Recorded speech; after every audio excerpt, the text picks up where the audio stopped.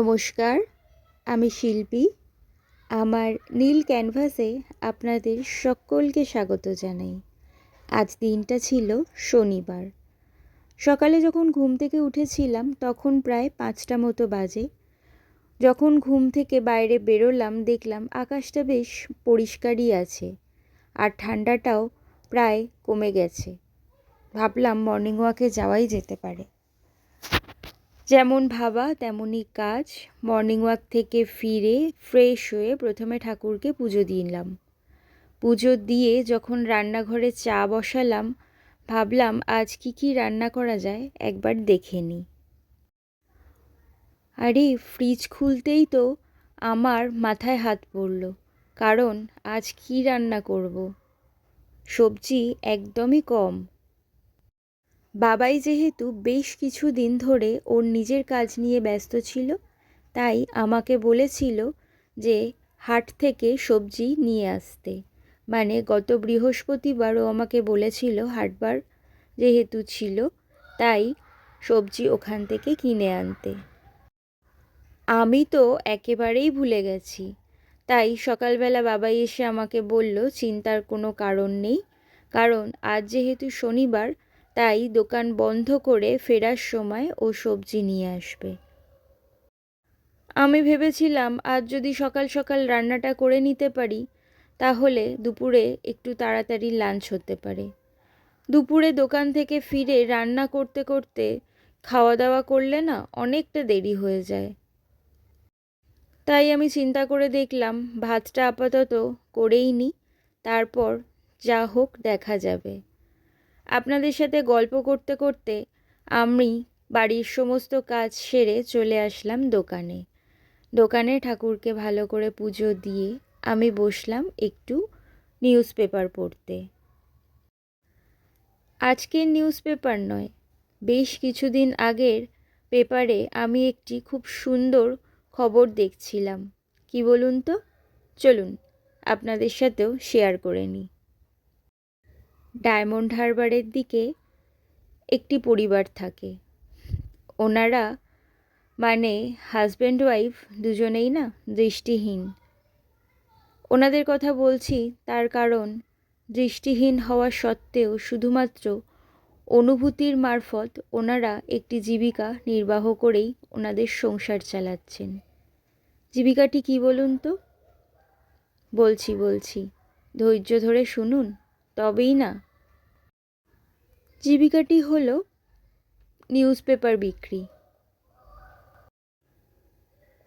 ওই ফ্যামিলির মধ্যে যিনি পুরুষ মানুষ, তিনি বলছিলেন ওনার 6 বছর বয়স থেকে উনি দৃষ্টিহীন। আর ওনার যে সহধর্মিণী, উনিও দৃষ্টিহীন। দুজনে শুধুমাত্র অনুভূতির মারফত এই ব্যবসা করে ওনারা সমস্ত কাজ করে চলেছেন। সমস্ত কাজ কেন বলছি? একটি পরিবার চালাতে যা যা করণীয় থাকে সেগুলোই ওনারা করেছেন।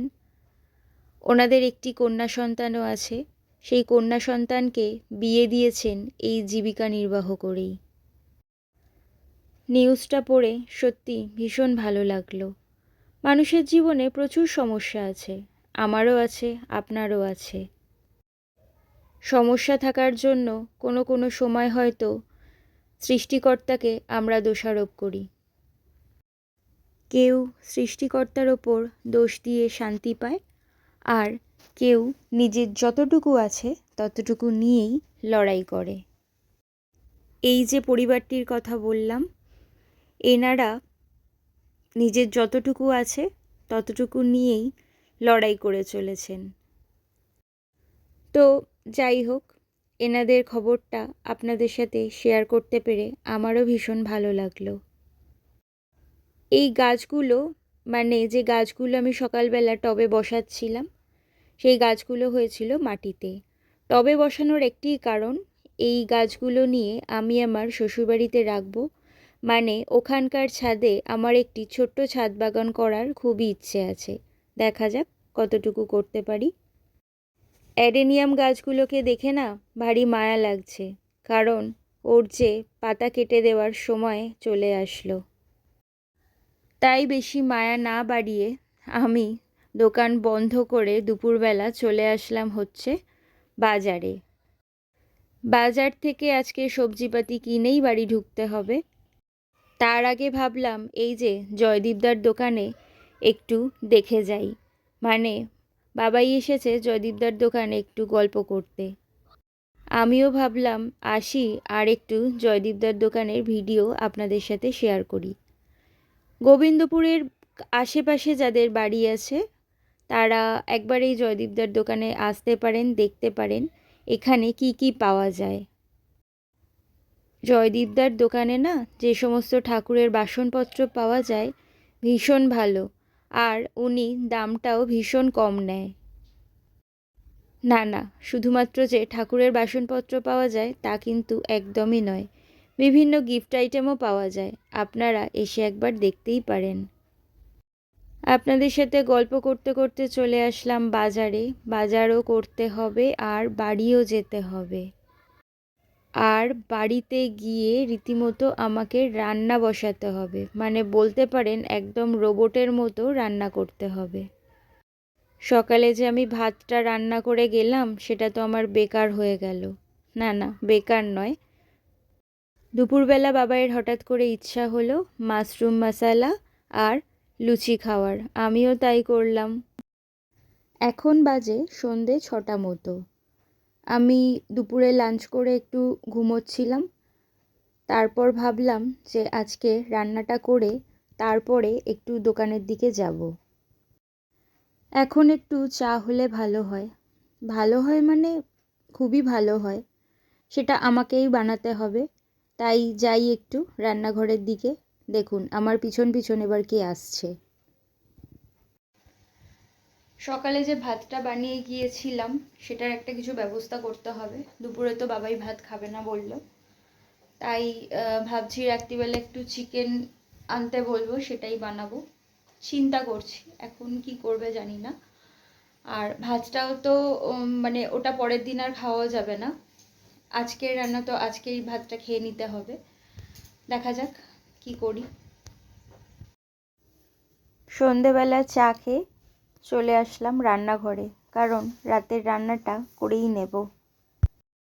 আগেই যেহেতু বললাম রান্না করে আমি যাব একটু দোকানে, কারণ বাবাই ফোন করেছিল আমাকে দোকানে যেতে হবে, আর তাহলে ও একটু ওর নিজের কাজে বেরোতে পারবে। আজ আর আমার নিজের কাজ নিয়ে একটুও বসতে পারলাম না, মানে আমার যে সেলাইয়ের কাজকর্মগুলো থাকে সেগুলো। দেখি দোকান থেকে বাড়ি ফিরে রাতের দিকে যদি সময় পাই তাহলে একটু কাটিং নিয়ে বসবো। সকলে ভালো থাকুন, সুস্থ থাকুন, আর পরিবেশকে সুস্থ সবল রাখতে একে অপরের পাশে থাকুন। আমার ব্লগ যদি আপনাদের ভালো লাগে তাহলে একটা লাইক করে দেবেন, আর চ্যানেলটি যদি ভালো লাগে তাহলে একটা সাবস্ক্রাইব করে দেবেন। আর হ্যাঁ, হাসতে কিন্তু একদমই ভুলে যাবেন না। আজ ব্লগটা তবে এখানেই শেষ করলাম।